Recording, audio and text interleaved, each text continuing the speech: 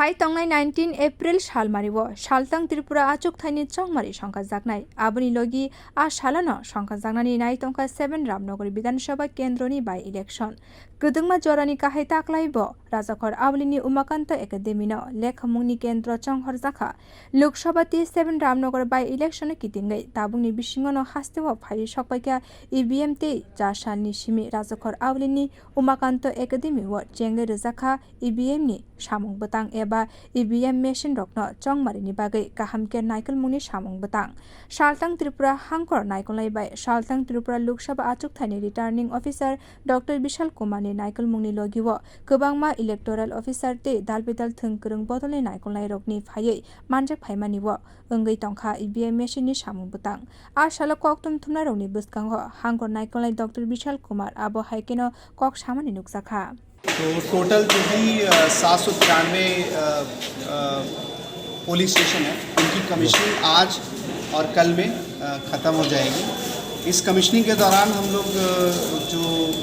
BU है ballot unit है इस पे हम लोग कैंडिडेट्स के नाम करते हैं डालते हैं और कंट्रोल यूनिट में हम लोग कैंडिडेट सेटिंग करते हैं नंबर ऑफ़ कैंडिडेट जिन्होंने भी नॉमिनेशन फाइल किया और VVPAT में सिंबल अपलोड करते हैं। तो आज के बाद इन सभी EVM पोलिंग स्टेशन में फंक्शन करने के लिए तैयार हो जाएंगे। ये पूरा जो प्रोसीजर होता है आप देख सकते हैं कि ट्रिपल सिक्योरिटी के बीच में होता है और पोलिंग पार्टीज़ के साथ कॉपरेशन के साथ होता है।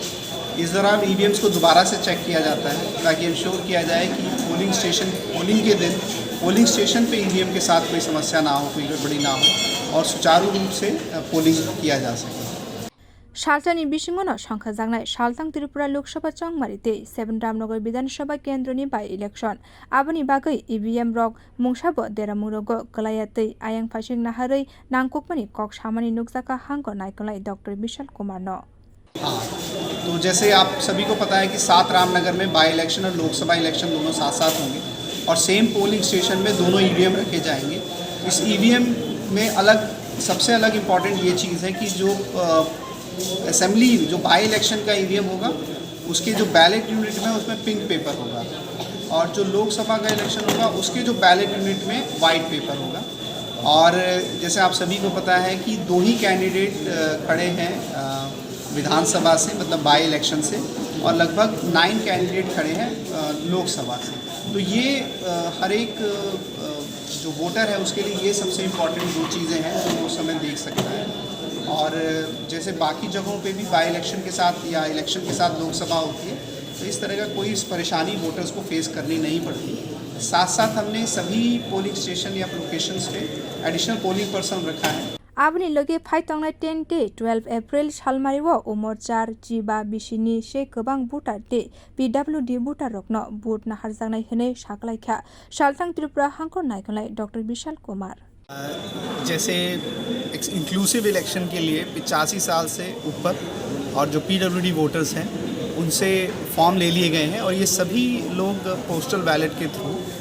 जिन्होंने भी फॉर्म के लिए अप्लाई किया है ये लोग अपना वोट का इस्तेमाल करेंगे और ये 10 और 12 तारीख को दिया जाएगा जिसमें हमारी पोलिंग टीम पूरी की पूरी पोलिंग टीम उनके घर पे जाके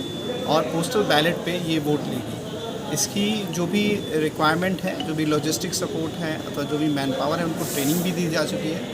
और 10 और 12 तारीख को वो उनके घर पे भी जाएंगे। इसके लिए हम लोगों ने अवेयरनेस भी शुरू कर दी है और हम उम्मीद करते हैं कि हमारे जितने भी ये 85+ और PWD वोटर्स हैं जो लगभग 5000 की संख्या में हैं ये अपने मतदान का इस्तेमाल करेंगे। Bureau report कखरा।